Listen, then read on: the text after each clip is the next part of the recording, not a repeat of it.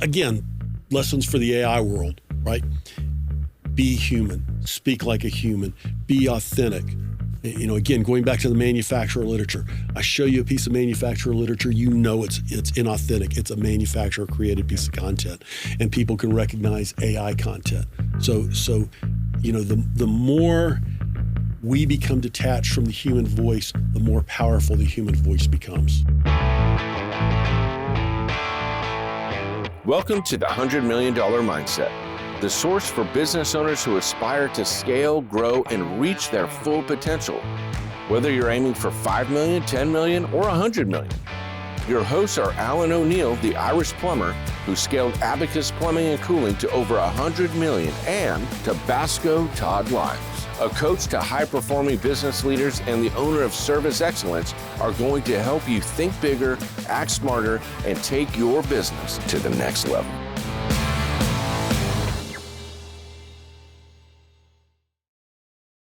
In our last episode, we featured Michel, the founder of Service Nation Alliance, as we explored how private equity changed the rules and 5 moves to win anyway in 2026. It's worth listening to if you missed it. Today is part 2 with Michel as we explored the business you build versus the business you sell. Yeah. And Alan and Matt, most people think that businesses grow because they have a singular focus on money and that's it, but that's not true. Most businesses grow because of clarity. You solve a real problem, you say it in plain words, you do it consistently, and people start trusting you because of that consistency. That's how real brands are built. And today we're going to walk through the story of how Michel built what became Service Nation Alliance, how it started, how it made money, and how it scaled, and why he eventually sold it. But we're not going to do this just to admire the story, although it's the story worth admiring. We're going to do it because every owner that's listening to this is going to have to make some of these decisions either now or some point in the future. And I think that Matt's story is going to give them power and armament to make the right decision when it comes that way. So I'm Todd Liles. I'm the founder of Service Excellence, and I'm here with my co-partner and friend, Alan O'Neill. And Matt is back with us. Matt, thank you for being here again for part 2. Let's take us back to the beginning. Before Service Nation was a thing, what problem were you trying to solve, and why did you start that newsletter that started this whole thing in the first place? Well, I wouldn't necessarily say that the newsletter started the whole thing, but it was certainly an integral part. So what happened was I was scheduled to speak on marketing at an HVAC Comfort Tech show, the old HVAC Comfort Tech. And I came up with this idea that I wanted to do a lot of really practical, little tactical marketing initiatives and things that I had tried and other people had tried that work. And none of them was gonna win the game, but all of them were gonna play a part. And these were things that contractors could go back and they could put into play right away, and at least some of them, and start making some money. Mm-hmm. So I was trying to figure out a way to make it entertaining. And this is the days of consolidation and utility competition and the Wall Street consolidation, and everybody was worried about the big overwhelming force that was coming in that was gonna destroy you, and here's the little contractor. And so I was thinking, okay, let's go back to where we had a successful smaller force fighting an overwhelming enemy. And I thought about Native Americans opposing the U.S. military. And I started researching into this, and hands down, the number one Indian tribe that kicked the American military's butt and never lost were the Seminoles. And Seminoles have never actually, they're still at war, I think, with the country. And they just kind of retreat back into the Everglades and nobody could find them. And yet Seminole marketing just didn't have a ring to it. Next up was the Comanches. And the Comanches were pretty tough. They drove the Apaches out of Texas. These were called the Lords of the Plain for a reason. And so that was what I centered on. And so now I've got that going in my mind, and I'm starting to work on that. And I screwed up one evening, and I got elected president of my neighborhood homeowners association. So now I'm president of the HOA, and I'm trying to think of how do I communicate with all these people in a way that's easy on me. And at this time, the internet was still pretty much in its infancy, at least as far as the public. But email lists were just starting to appear. I can do an email list and sign up a bunch of people from our neighborhood. And before I did it, I wanted to make sure I knew how to do it. I wanted to experiment. So I created this thing called Comanche marketing thing. Okay, I got this coming up. I'll just use this as a way to write down some of the ideas that I'm going to use in this presentation. And so I invited 3 people. And the next thing I knew, there were 50 people. And then there was over 100. Wow. And eventually it got to where there's thousands of people that subscribed to it. And it was all, from a way for me to test the use of an email list without looking like an idiot. I love that story. Alan, I did not know the Seminole story. Did you know that? No, I did not know. But it's not a surprise to me because what you described, them retreating back into the Everglades, it's guerrilla marketing 101. It's cover and move. Mm-hmm. And cover and move is like 101 for any special forces team as well. You attack and then you hide. You attack and you hide. They call it cover and move, but they're taking shelter. If you didn't listen to part 1, go back and listen to part 1 because he does a master class on what the small contractor can do to win against the large businesses. And if only we had this analogy in part 1. This is just perfect. I love the cover and move. Okay, so before it was Service Nation, it was the newsletter Comanche Marketing. Thank you for that story. What was happening in the industry that made it work? It was at the time of the industry we were in the middle of consolidation. Guys like Alan were stabbing their fellow contractors in the back and selling. Was this late 90s? Yeah. Like 97, 98.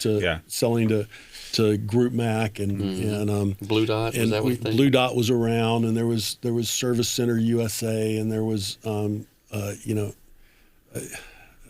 the ones. I mean, in any case, ARS and Service Experts. I think those were the main ones, and everybody was afraid. I mean, all the independent contractors were afraid of them, and this was just an idea to give them ways that they could use to fight them. And everybody was also afraid of the utilities, because this is the time when we had like BGE, Baltimore Gas and Electric, had a contracting business. Minigasco had a contracting business. I mean, Minigasco goes out and sells what, 600,000 service agreements. I mean, how's a contractor going to compete with them when they were subsidized by the utility ratepayers?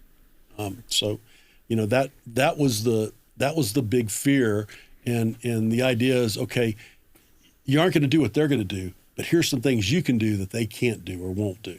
Yeah, I love that. So, what did those early readers need that no one else was giving them, Matt? Well, first is I think I was giving them practical information that could help their business.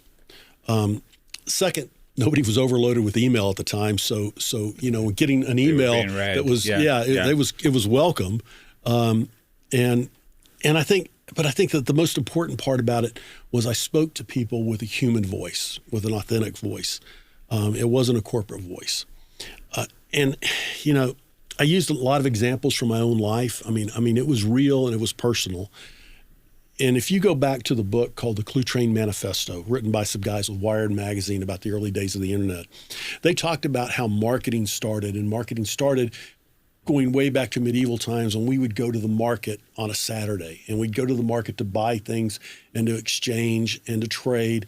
And we also would talk to each other, and we would exchange news. And that was marketing. And it was where we got information. And it was a conversation, and it was back and forth. And then in the post-war era, right after World War II, we've got this sort of Mad Men era of American marketing, to where it was big corporations shouting at everybody through broadcast media with a megaphone, and the consumer had no way to respond back. And it was one-way communication and one-way dialogue. And the internet started to change that. It started to go back to a conversation because the internet gave people a way to have their own voice and a way to respond. And then what I started doing was giving people a dialogue with a human being, right? And look, if you see a piece of literature or a piece of collateral that was written by a manufacturer, you instantly know that's a manufacturer that produced that, right? It is corporate. It is not human. It is not authentic. But if you see something like the Squire brothers.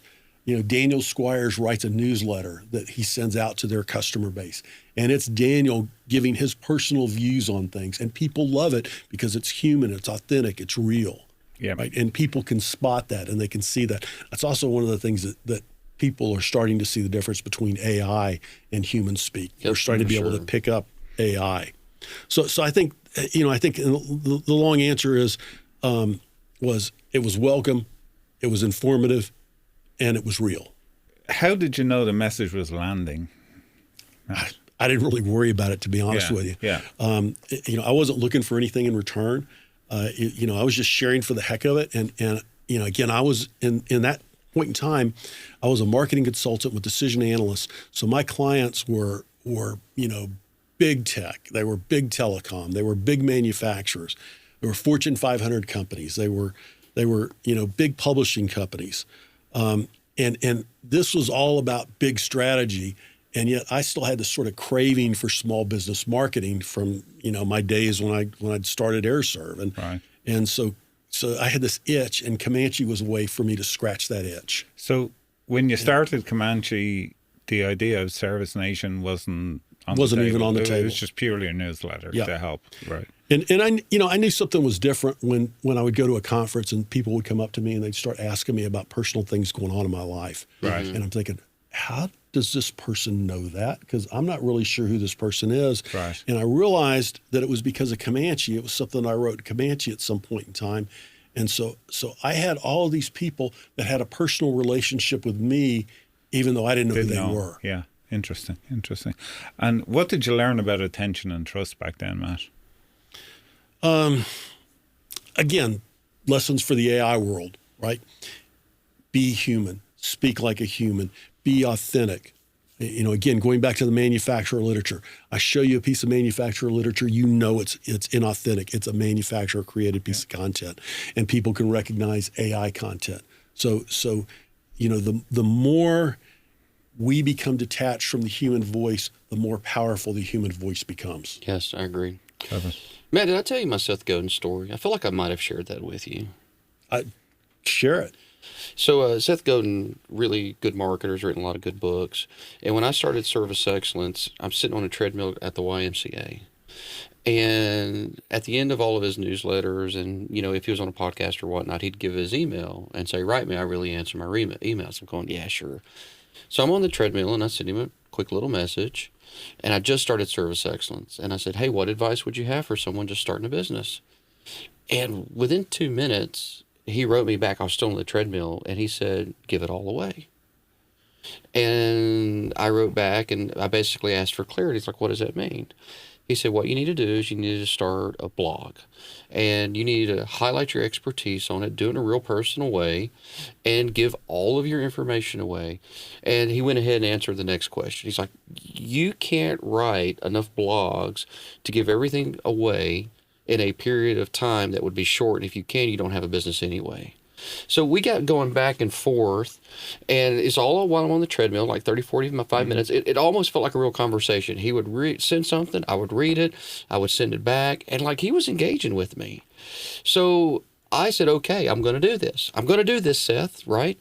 And then I sent him a picture of my little home office, and he wrote back and said, oh, by the way, your literature is off. And I wrote back, and I'm like, thanks for everything. I don't know what that means. It's like, it's your letter spacing. It's no big deal. I'm a book publisher, so I know what these things are. I'm like, oh, okay. But Seth Godin said, give it all away. Mm-hmm. And I started writing those blogs like you'd mentioned, and I would have people come up to me at classes and conventions, and they would sometimes go, hey, how's your average ticket? And if you haven't read the blog, I wrote a blog many, many years ago that said, the tips for better sex and higher average tickets. And I paralleled how they are the same, and I tied a real life story in there. It's not graphic, it's not dirty, it's funny. Mm-hmm. But it's a real life story about, my wife and I having a baby and her tracking, our intimacy. But it wasn't obscene. I promise you it wasn't obscene, right? And I've documented our family life the whole way through. And people come up to you and they ask you questions, and they get this parasocial relationship with you. So I can attest that you are right. It 100% works. That parasocial relationship is a very, very powerful thing. If you were starting over today, would you do it with a newsletter again, or would you do it in a different way? Well, I didn't start with a newsletter. I had a newsletter. You had a newsletter. Thank you for the clarity. But when the Service Roundtable was launched, Comanche was a form of sampling, right? So people were thinking that, hey, this is what I'm getting for free. Imagine what I'll get if I make this small monthly investment of $50 a month. And that's, that was really the value. And would I start with something that had a similar approach? Yes. Would it necessarily be a newsletter? No, it might be a YouTube channel, or it might be a podcast, or who knows. Yeah. But yeah, I think the idea of giving people a way to sample, like you were talking about, is it's a way of building trust. It's a way of building credibility. Before people fork over their hard-earned cash, they want an idea of what they're getting. And the problem with the service is the only way to sample a service is to consume it, right? Mm-hmm. So it's not like a product that I can pick up, I can look at, I can shake it. I can, even if I'm buying on Amazon, I can look at pictures of it. With a service, I have to experience it. Right. So this is a way to give people a little bit of the experience they're going to receive. Agreed. That's great. So you proved people cared, Matt. Then you had to monetize. So when you shifted from free to paid, the Service Roundtable model, what was the hardest part? Giving up my nice, safe, salaried executive position. I was betting that I could make enough to earn a living. Right. And that's a risk that every business owner takes, and everybody that's comfortable with it. But when you haven't done it, it's scary. Yeah. And when you got a wife, 2 kids, and a beagle, but it was. I also needed to make the money to be able, or I needed to raise the money to be able to launch. Because this was early in the days of the internet. There wasn't a canned software package that I could use. We had to create the software, the engine that was the Service Roundtable, from scratch. And that meant hiring programmers. And right. Programmers don't like to work for free. Yeah. So we had to go out and raise the capital to launch, and I had to do that. And that was scary. And did you have partners at the start, Matt, or was it just you? At the start, it was just me. So the very first, the 2 people that I brought in to talk about this were Frank Blau and Steve Saunders. And Frank was supportive, but there wasn't a lot that Frank could do. And and Steve took me around to talk to some distributors, and we got pretty far with one of them about getting the distributor to sponsor it, or the manufacturer. Ultimately, they decided not to. They decided that, why should I do this when people were just going to take this information and go buy my competitors' products? Which the logic escaped me, but that was it. The other distributor believed they had everything that we were offering. Once we were walking away, Steve's in the parking lot. He's going, "Was it here? Is it here? I don't see it. They don't have it. I haven't got it." In the end, I had a couple of clients that were professional angel investors in the West Coast. I got them involved, and they were all supportive. And we just made a big recruiting meeting, brought a bunch of people to Tempo in Dallas, and did a full day dog and pony show, and had all the financials put together. We've gone through and did the incorporation, had an offering circular, and people on the way out the door, a guy that I had never met before that day hands me a check. I don't remember, it was for $20,000 or $25,000, and it was like, oh crap, this is we're getting real. This is, there's no going back now. And how old were you then, Matt? 42. You're 42, which is the average age of an entrepreneur. The average age. Not the average age of an entrepreneur that launches their first business. Yes. It is, yeah. It is the average age. Oh, wow. Yeah, not something that I knew. I mean, I wish I would have done it a long time before then, but I probably wasn't ready. How much did you walk out of there with fund money that day? I don't know about that day, but I raised about $250,000. About $250,000. Wow. And that got you going, obviously. Were you able to only need to raise the $250,000, or did you have to raise more over time? That was all I ever raised.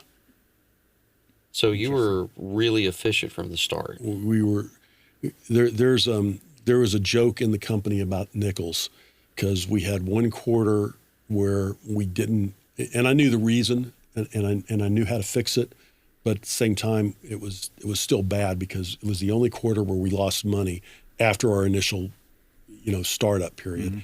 And I handed everybody a quarter in a coin collector's case, and I said, if you try harder, is it possible that you could sell, for every dollar you sell, could you sell just a dollar, just a nickel more? And I said, for every dollar you spend, is it possible that you could just cut a nickel more?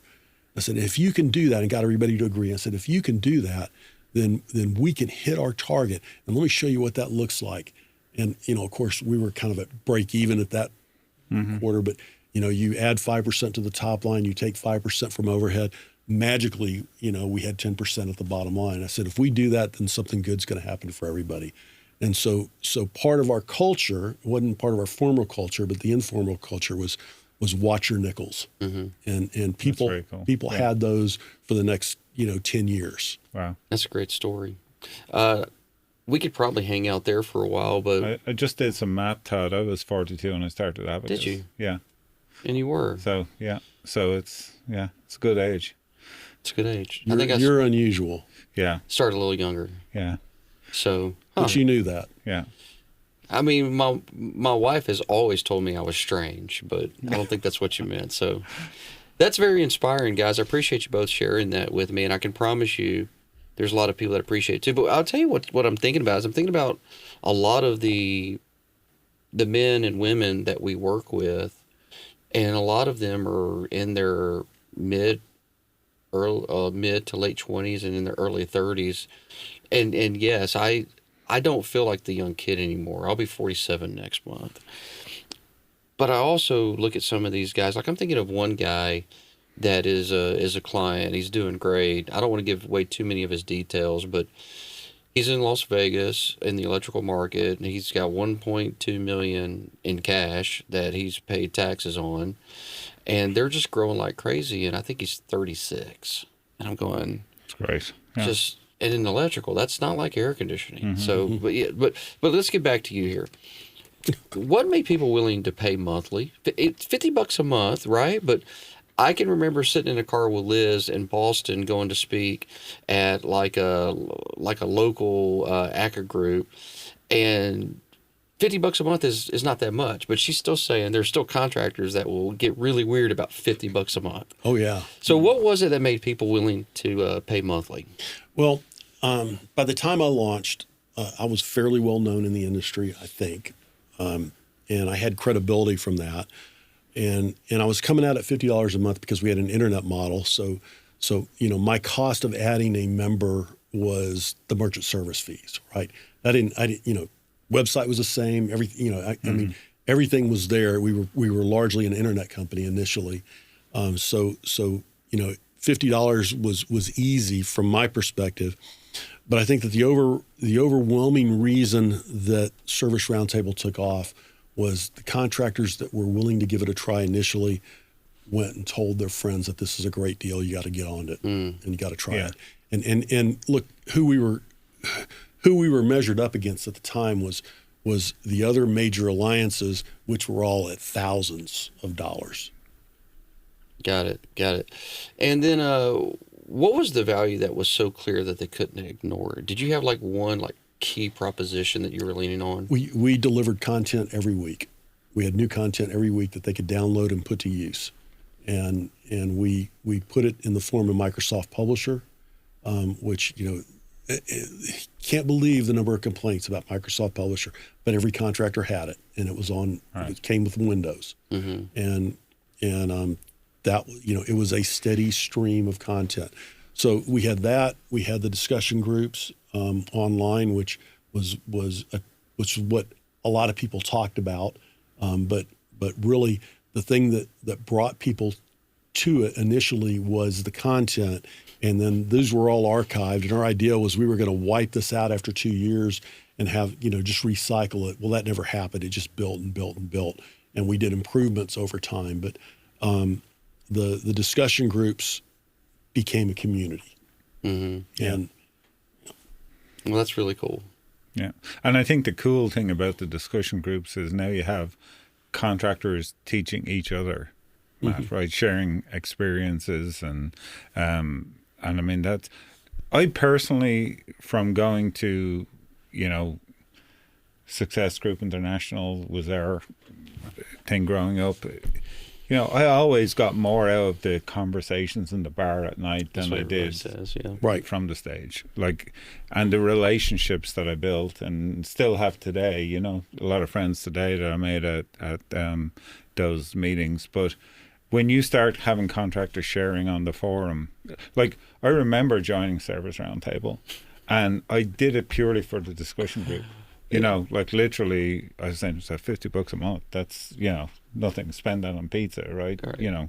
I got to tell a couple stories about my relationship with you guys. I'm going to tell two stories. One story is you guys had moved into a new location. I think it was in Flower Mound. You may or may not remember that. Was it Flower Mound? Louisville. Louisville. It was the all brick building in the front, and you guys had reconverted the inside. Yeah, that was the first building that we purchased. So maybe it was that was the first building. So my first story will start there with a story with David, but I'll come back to that. So that'd be my second story.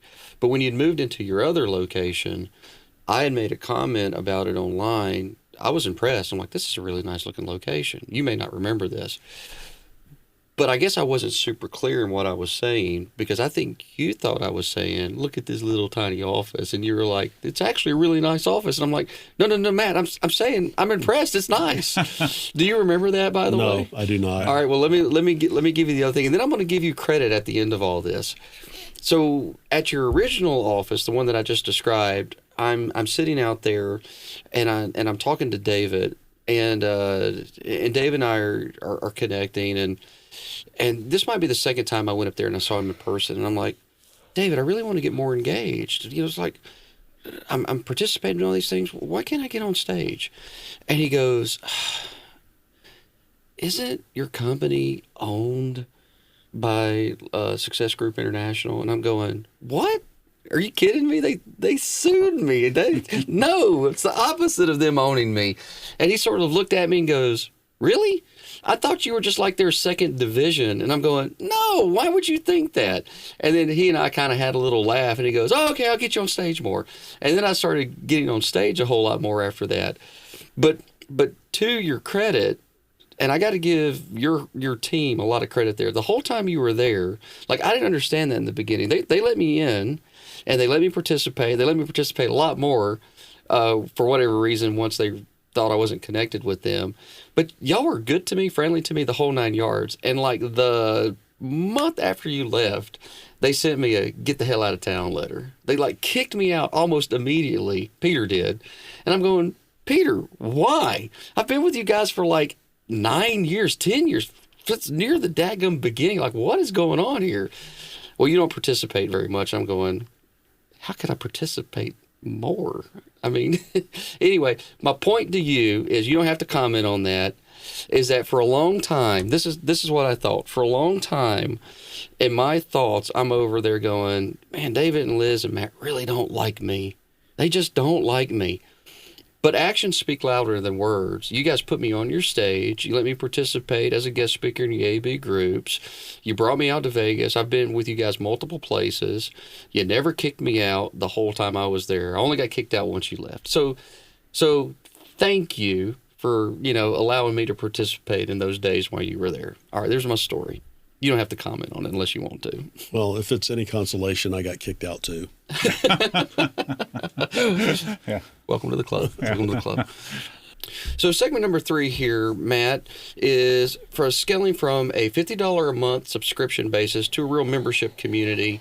I guess it's going from Service Roundtable to Service Nation Alliance. So when it became Service Nation Alliance, what changed for your leadership, and what did you have to become to take on this new responsibility? Well, first, I understand that this was always in the original business It plan. was. And we'd called it Service Alliance in the original plan, but that name was taken, so Service Nation Alliance was what we could get the URL. Got it. Yeah. So, and we launched at a time. So several things were happening at the same time. One, NCI bought ISL and they rebranded it as NCT Business. So the ISL brand just went poof and disappeared from the marketplace. Abrams sold Clockworks to Direct Energy after railing about unfair utility competition for decades, and and so they didn't know what to do with CSG or airtime, I guess was what it was at that time, and they didn't know what to do with all that, and so that just sort of they went frozen. So this big thing opened up and space opened up, and thought, this is the time to launch. We aren't ready. I don't care. We're going to launch now. We're going to figure it out. And we launched with Vapor. I mean, it was, but we fulfilled the back end. But we had to make some changes at the top of the organization. It took a while till we had the right people in the right seats. For my part, I had to let a lot of things go. I had to let people do things that I disagreed with. Try things that I thought were really bad ideas, and the thing is they were right. And that you've got to let people try things, or you kill their initiative, you kill their motivation, and they just might be right. And one of the things that I was skeptical about initially was, to be honest with you, was roundtable rewards. I was like, there's no way, and that turned out to be the biggest money maker in the company, and it shows that it is better to let people have their heads and try things and prove you wrong. And sometimes it's good to sort of challenge. I don't know. Okay, I'll let you try it. Well, and then they're going to double down and they're going to be really try to prove you wrong. The big decision isn't whether an initiative is good or bad. It's whether you've hired the right people and you trust their judgment. Right. Alan, I want to click on the roundtable rewards because that's your buying group in essence, right? Yeah. Everyone I've ever spoken to that is in a position to speak on this has said, like, that is the thing. And even when we talk to people and they're telling us why they're in certain groups, whether or not it's true, they will say in the conversation, I'm a member of the group because the rewards pay for it.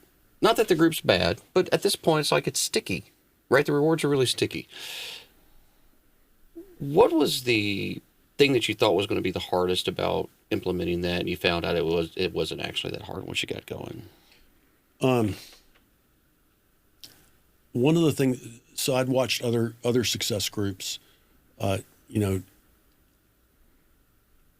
get programs, rebate programs with manufacturers, and specifically go out and target that manufacturer's dealers, and say you might as well join because it's going to, and that always made me feel a little dirty thinking about it. And I knew that the reason the manufacturers partnered with us was they wanted opportunities to grow their brands, expand to other potential dealers, and also they wanted their dealers who were in our program to perform better. The fortunate thing was we were able to show that over time that based on manufacturers' own data that were partners with us, the guys that were in the program, and this was year over year purchases, they grew 3 times the rate of the industry. Wow. So we were showing them solid organic growth as well as giving them an opportunity to open up to a bunch of other contractors. But we made a start point of we never manufactured, or we never marketed that join us and you get rebates from manufacturer X, Y, or Z. We wanted to sell the program on the merits of the program, and oh yeah, there are rebates involved. This is this is the icing on the cake. So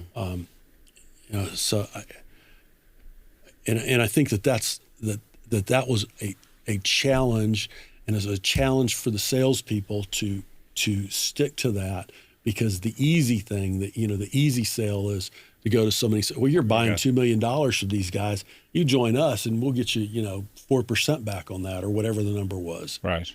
Yeah. So what made the membership durable, Matt, and what kept people from just consuming and leaving? well, of course, Roundtable Rewards was part of it. Yeah. I think the thing is we had constant innovation and we had constant creativity. We had a steady flow of content always. They could consume and leave, but not without wondering what they were going to be missing. Yeah. And I think as long as they had a return on investment, why leave? I think the Roundtable Rewards made it sticky. I also think the conversations made it sticky. And I think at the Service Nation Alliance level, when we created the advisory board system, that also was incredibly sticky. And that was really the concept there was based on a Sunday school approach. So if you go to an adult Sunday school, you go to a mega church and you're just a number, right? That's right. Nobody knows who you are, but in your small group, people know who you are. And if you aren't there, you're missed. Right. And so we were trying to think of how we could do something like that. And the actual approach initially was more built on the Baptist Sunday school model, where every Baptist adult Sunday school had the same curriculum. They didn't necessarily always follow it. And we launched sort of with that. It morphed off a little bit different. But again, the idea was let's have a small group of contractors, and then let's let a contractor run it, or a consultant.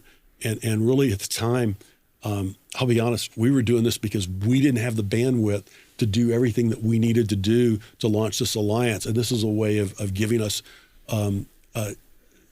giving us more value to our members and more personal service and one-on-one consulting when we didn't have the consultants, and we couldn't afford them at that time. Yeah.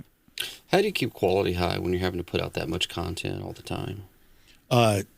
Constantly looking at it. Sometimes you slip, but you got to have people that know what is good quality and what's not, looking at things, and you've got to review them, and you've got to go back to people and give them feedback. There were mistakes that we made. I mean, and there was pieces that went out that weren't necessarily the best, but as long as we tried to keep it grounded, one of the things that I did early on that I thought was really good was anytime I hired somebody, I made them go ride with contractors, made them go visit contractor shops and spend time, with a technician, on a truck, and got away from that as we grew larger. It just was harder to do. But I should have made more of an effort to enforce that, especially on the people that were creating content, because you had to get inside the head of a contractor to understand them. What I did do is I made everybody read Ron Smith's book, and I made everybody read The E-Myth. Yeah. Ron Smith's book was fantastic. A lot of the ideas that you heard in a lot of the other groups, right? Mm-hmm. You'd read Ron Smith's book and you'd go, wait a minute, he was doing this work in 1964? And he wrote this book? He's sort of like, it ends up being like he's the grandfather of what we consider to be sort of the modern service approach. Yeah, absolutely. But I think when you talk about the quality, it comes back down to the culture, and it's hiring the right people. It's a lot of management by wandering around. I think that COVID hurt quality because we don't have that interaction. You can't walk by somebody's desk when people are working remotely, and people don't just stop by or they don't question something. And so that's one of the problems I have with a remote work culture. I don't like it. I don't think it's the best. So. It's not. I operate a mostly remote culture, and we are intentional about how we meet and how we strategize, but there is no substitution for seeing people face to face. Yeah. You have to, and on another side of it, in the place that we're at, it's almost sort of necessary as well. Like having a guy that's in California that can do California time just makes a lot of sense. Mm-hmm. Yeah. But there is no substitute to face-to-face. I agree with you. So what that means is you have to spend some money to fly people in, And we do. more than you probably would like to, Mm-hmm. because that, there's a return. You can't quantify it. You can't directly connect the dots, but it's there, and you got to be somewhat on faith on that. Yeah, That's true. we saw that a lot during COVID when we couldn't have meetings, tech meetings, and then when we went back to having the meetings, like say pre-COVID attendance would be 80-85%. Like someone always had an excuse. When we got back after COVID, everyone wanted to come to the meeting. Everyone wanted to see all their buddies again and get the info, and people crave relationships, I think, So how did you manage expectations as it grew, Matt? Nobody had greater expectations than I did. Right. So the expectations always fell short of mine. Right. And I constantly, stressed and reinforced that. I mean, I push people probably more than I should have, but not as nearly as much as I wanted to. Right. I understand that completely. So what systems did you guys put in place to prevent this growth from becoming chaos? None. It was always chaotic, in a positive sense. And I created most of the chaos because I was always coming up with new initiatives, new things to try, new changes to make. And I think within limits, a chaotic system is a chaotic organization is a dynamic one. It's exciting. It's fun. I mean, we had like 3 or 4 years in a row where our growth rate was in excess of 80%. The top line growth. I mean, we were in the Aggie 100 6 times, and we would have been in it more, except I didn't even know about it until Yeah. And as far as restraining that, I think it's the culture. I think it's hiring the right people and putting them in the right jobs and preaching the values and staying involved. We never had more than 50 people. So for a larger organization, probably a more formalized approach made sense. But the right leadership team could keep things constrained and could keep things on track. And there were some times we thought the wheels were going to fall off, but they never did. And we stressed some people out a little bit, but just look at all the service worlds. So, Matt, basically, why did you sell, and what was the number one reason? I mentioned all the investors that we had that made it Put some money possible, in. and they were beyond just financial sources. I mean, they at different times they all played strategic roles, and they were all cheerleaders, and they helped promote the company. I mean, one of the things that I did that, and I can't take credit for this. I mean, Mike Hyduk suggested it. He said, look, if you take $100,000 from somebody, they're going to own a part of you. But if you take $20,000, then they're going to be interested in you. And so the largest investor we had was $30,000, Wow. and that was a mistake. But most of our investors were in the $10,000 and $20,000 range, and they were cheerleaders and they were promoters. But these guys were starting to retire, and they were starting to sell their companies, and they wanted their money back. And I'm operating a C corp, and I could dividend out some money to everybody. Most of it would come to me, and I didn't really necessarily want it at the time. And then that didn't help me with my team members who had stock options. So in theory, I could have bonused them, but again, I needed to find a way to buy the investors out. I had a bunch of money in the bank. I mean, a lot of money. I could have bought them all out, and they would have all been happy, and they would have sang praises. The problem was it wouldn't have been fair, because the company was worth a lot more, and I knew it, and I couldn't have slept at night if I'd have done that. So Good for you, though. the only choice was I had to go find a buyer. Right. And so, I thought at the time naively, I could find a buyer, I could stay around, as long as I want to. Not a big deal. It just means I won't be the owner, and we'll all be wealthy, Good for you for doing the right thing, though. What did you believe would stay the same after you sold? It was a money machine. I mean, it was extremely profitable. Why would you mess with a money machine? If anything, you would just feed it capital so that it could grow and expand, and that's what I thought was going to happen. And And that's part of the reason we selected the company. We selected the buyer we did out of 4 finalists because one, we thought the culture was closer to ours, and 2, we saw more opportunities to grow the company through their customer base than we did with anybody else. So what did private equity improve, Matt, and what did it professionalize or strengthen? We didn't have any financial concerns. So as a business owner, if you take out a lease on a building, they want your personal guarantee. Yeah. You take out a loan, they want your So we had outgrown. We owned our buildings. We had outgrown the buildings, and there was just no more space where we were at. How many employees at that time, Matt? We were north of 40. Right. And there was a 17,000 square foot office space that came open. We could just move in. It was perfect. It had training rooms. It was, we could save money that we were spending on training at some other hotels or American Airlines and Class A office space. And I can tell you, I never would have signed it if it was just my name on that lease as a guarantor. And what happened is I called, the private equity guys. I said, "This is what we're looking at," and they said, "We'll do it." What? Just do it. It's the right thing. So we moved on, and we never would have acquired that lease, and that also differentiated us with a lot of the strategic partners and other people, because we were in these old.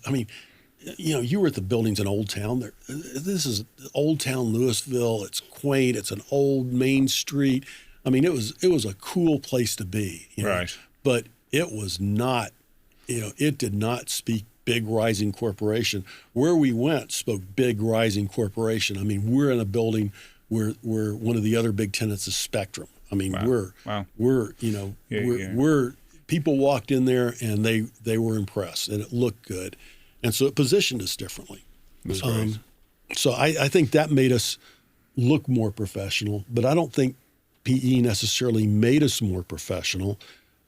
When we launched, we had an outside board. We always had an outside board. I always reported quarterly results to our investors. I did an annual report every year, professional, printed, mailed out to everybody. We ran the company as a professional corporation that wasn't public but could be. Got it. What got worse, Matt, and how did it drift from your original vision, if it did? Well, part of my job was to prevent things from getting worse. So, part of my job was in fact, I'd say the majority of my job was to prevent things from getting worse, is to shield my team from anything that would interfere with their ability to execute the mission. When we did that, I think our benefits got worse, which was a shock to the private equity guys because they thought they had these great benefits. Ours were better. Right. I paid 100% for the family, for health care, for dental, for vision. We were taking care of the people, Matt. Well, my philosophy was I can spend $1 on benefits or I can spend $1 on pay. If I spend $1 on pay, that just becomes absorbed and now it's expected. I spend $1 on benefits and I elevate my benefits beyond what other people are offering. That becomes sticky and that becomes a reason to stay, and it becomes a reason to join our organization. Yeah. And it makes us different from other people. So, but they did make a payroll adjustment for everybody to because the benefits got worse. Hit. Yeah. If you could go back, would there be anything that you would fight harder to protect, like those benefits? Yeah, what I would do is personally, I would have gone in and said, whenever we separate and I leave, I want access to Cobra until I turn 65. And because it doesn't cost them anything, no reason they wouldn't agree to it. I didn't know that you could do that. That's one of those things I discovered while Brandon and I were writing this book. And that would have been really nice when I tore my Achilles. Oh, absolutely. Because all that came out of pocket. Yeah. Because our insurance was crap. We had to get to and in the event of an accident, you had to get to a doctor within 72 hours. Well, I was in the middle of the Amazon. The plane wasn't coming within 72 So they didn't want to cover? They didn't cover any of it. Holy smokes. Wow. So that's through 3 total surgeries and none of it was covered. No. And there's a big difference between what you pay as an individual and what the insurance company pays. So even if we had mediocre insurance, I'm not sure it would have been much different from my out-of-pocket versus the deductible. Wow. Sorry you had to go through that pain and that expense. Yeah, absolutely.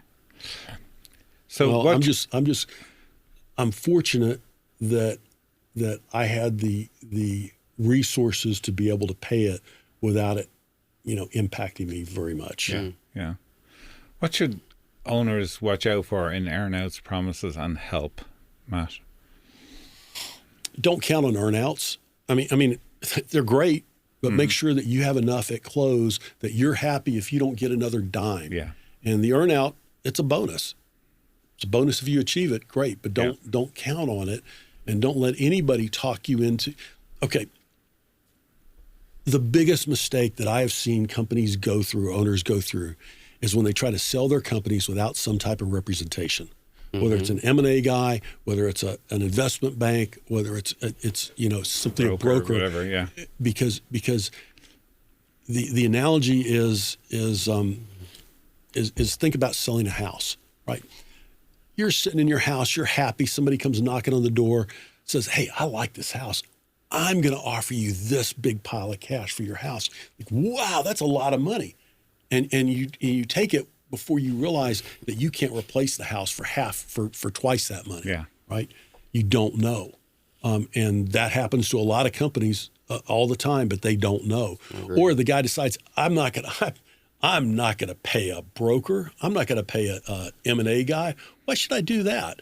I'm going to go stick a for sale by owner sign in my front yard, and the right guy is going to drive down the street, but he may never drive down the street. Yeah. That's why people make more money on their homes when they use a realtor who can get them on the MLS system so that they're visible to as many buyers as possible, and they can give them tips on how they can clean up their house and maybe paint over that bright orange wall, because nobody likes the color orange. That's, outside of Tennessee and prisons in Austin, they can paint over especially burnt orange. Is that what you're saying, Matt? There's a big difference between Tennessee orange and burnt orange. I'm just saying.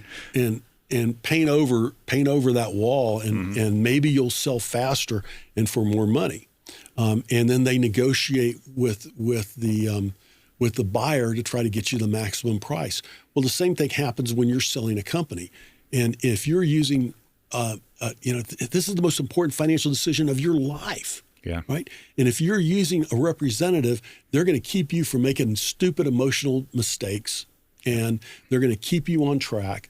And they're going to give you tips on how you can maximize the price and how you can better present it. And they're going to get it in front of more people so that you have a choice of buyers, and you know what the market value truly is because you've got multiple people competing to buy it.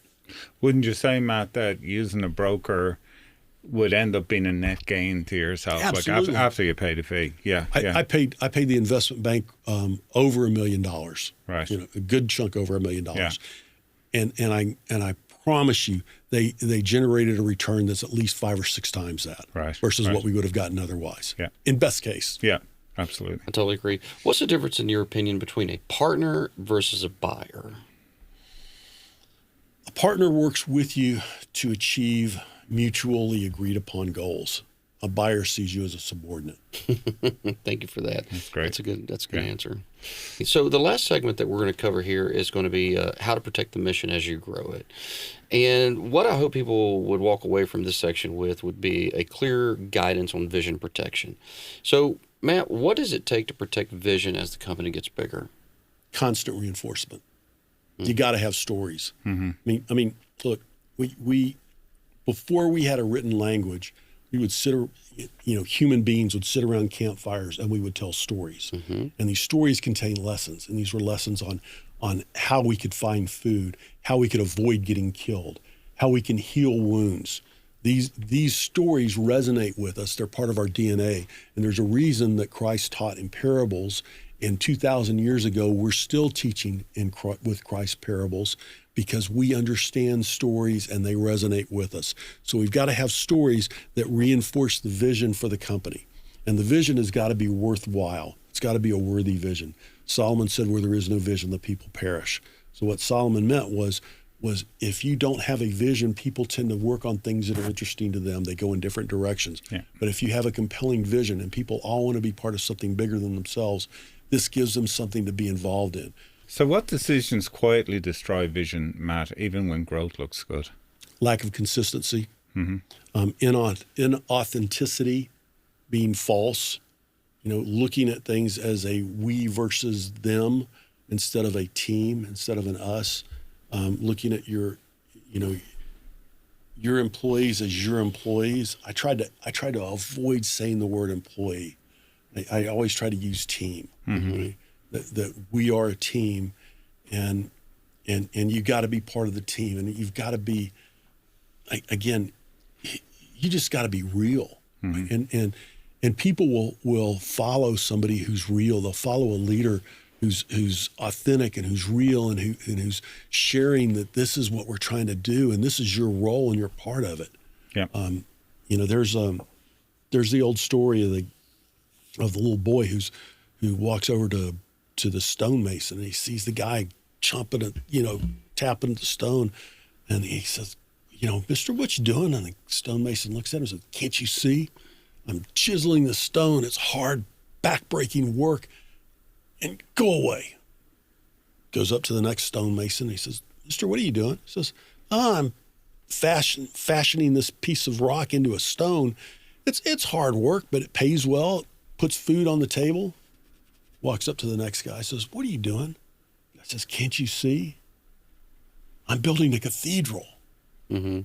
That's the difference in vision. Mm-hmm. That's very Love good. it. Love it. I'm going to ask a question that's totally personal. You've built something successful that anyone would be proud of. So I want to ask about service excellence. What do you think that I should double down on, and what should I avoid?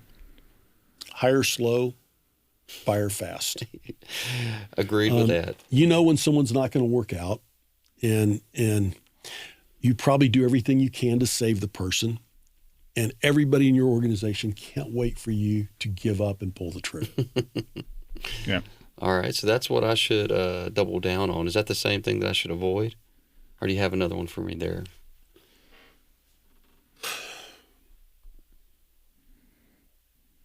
I think it's a real challenge as a leader. You're involved in this emotionally. It's a part of you. It's a piece of you, and you've got to take a detached, analytic approach at times. And it's a real challenge to find the balance in that, so that you can make the hard decisions when you need to make them, even when it kills you inside. And I think the other thing is you need to recommend when you have a lost leader, and not a lost leader, sunk cost, when you need to walk away from an initiative. Now, I'm horrible at that. I never wanted to give up on anything. I just would pause it and want to come back to it. But there are some things that it's not going to work for you. Doesn't mean it's a bad idea. It's just not right for your organization. Appreciate that. Thank you. You're just talking about, hire slow and fire fast. I remember being at a PSI meeting, and Jim Abrams was talking. He was talking about evaluating people and deciding if they should stay on the bus or not stay on the bus. And he said something that always stuck with me. He said, when you're evaluating somebody, if you knew when you hired them what you know about them now, would you still hire them? And I've thought about that many times with people. And if the answer is no, it definitely wouldn't hire them, why are they still working for you, right? That's good. Just cut the cord and that's very good. Be gone. And it is one of the most profound things I think I've ever heard about, making your mind up. Because I often sat in my office and said, like, when I hired this guy, if I hadn't known that he did this and he did this and he did this and he says this and does this with customers? Would I still get... No, I wouldn't. Okay, we need to have a conversation. So, Alan, 9 months later, would you still do the podcast with me again? oh, hell no. Of course I would, Todd. Yeah. So what's one decision you're proudest of in building Service Nation? Starting it. Starting it. That's great. Yeah. Yeah. What's one decision you regret? I made a lot of mistakes. The object is not to regret them, it's to move beyond them. So before I had my Achilles injury last year, I was playing goalie on a geriatric soccer team. And one of my philosophies when you play goal is goalies need short memories. If you're focusing on the goal that you missed, you're gonna miss another one. You got to forget about it and concentrate on blocking the next goal. And I used to kick field goals, same thing. You can't focus on you got to have, field goal kickers have to have short memories. Right. You don't want to focus on the bad things. You want to focus on the positive, on the good. If you look at a professional golfer, they'll hit a bad shot and they'll stand there in the fairway for a second and just kind of look. And what they're doing is they're replaying the shot. Like they're replaying it in their mind. This time they're hitting it right. So I don't focus on my regrets. I focus on what I want, not what I don't want. Love it. What's one thing you do differently if you started today? Start earlier. I love it. Yeah. What's one thing that owners should protect at all costs? Cash. What's one thing owners should stop doing if they want to build long-term success? Couple things. Stop trying to control everything. Stop trying to micromanage. Let people, let people express their own initiative. Let them try things. Get rid of your scarcity mindset and adopt an abundance mindset. And there's room enough for your people to try things and fail if it's important to them. Good deal. Well, Matt, thank you for being here. I really appreciate you taking the time to fly out and hang out with Alan and I and having lunch with us, and we'll have supper later. It's a joy to do it in person. We saw you on the podcast a couple months back, but I don't remember the last time I saw you in person. So it's good to see you in person again. I really appreciate you taking the time to come out. As Larry Taylor says, it's better to be seen than viewed. Oh, wow, that's really good. Absolutely. Yeah. I like that. Alan, would you have any final words here before I close up the show? No, I think, we should always listen to our legends. And, Matt, I'm not blowing smoke here, Matt, but you're definitely one of the legends of the industry. When I think that the first time I met you was 1997 or 1998, when I was a very young president at Group Mac. You've been around, you clearly have the experience, you have the knowledge, you know what's good and what's not good, and the fundamentals haven't changed since the 90s, and I'm sure since the 70s or 80s. So I think we should all, anyone listening to the podcast should really listen when we get someone like Matt, because there's a lot of history there and there's a lot of knowledge, and I really want to thank you for sharing it, Matt. Yeah, really do. Yeah. So, listeners, this is another great episode with our guest, Matt Michel. The thing that I most enjoy about today's episode is, A, Matt spoke authentically, and also, B, he gave just lots of practical tips that you could take away and use for any business. And I highly recommend that you go back, give this a second listen, go back and listen to the first episode as well. And if you are liking what you're hearing, I'm going to make a request of you. I want you to like it. I want you to share it, because our numbers are actually growing. I haven't talked to the listeners about our numbers, but last month we had over 2.1 million total collective views between all platforms, which is pretty cool. And the thing that happens when you guys are listening and you're sharing this content is when we say, hey, we've got a platform here that's growing. You want to come into the studio? They go, well, I don't know. How many people do you have? And we go, over 2 million are checking us out in some form or fashion every month. They go, well, definitely come.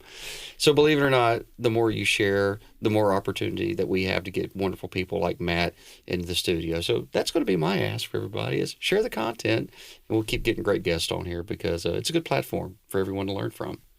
And it doesn't cost anyone anything. It's totally free, which is even better. Well, it costs Service Excellence money. We got a sponsor, but otherwise it's totally free. All right, that's it. Thanks, listeners. Take care. Hey, thanks so much for watching the show this week. Head over to toddliles.com/mindset to get the show notes.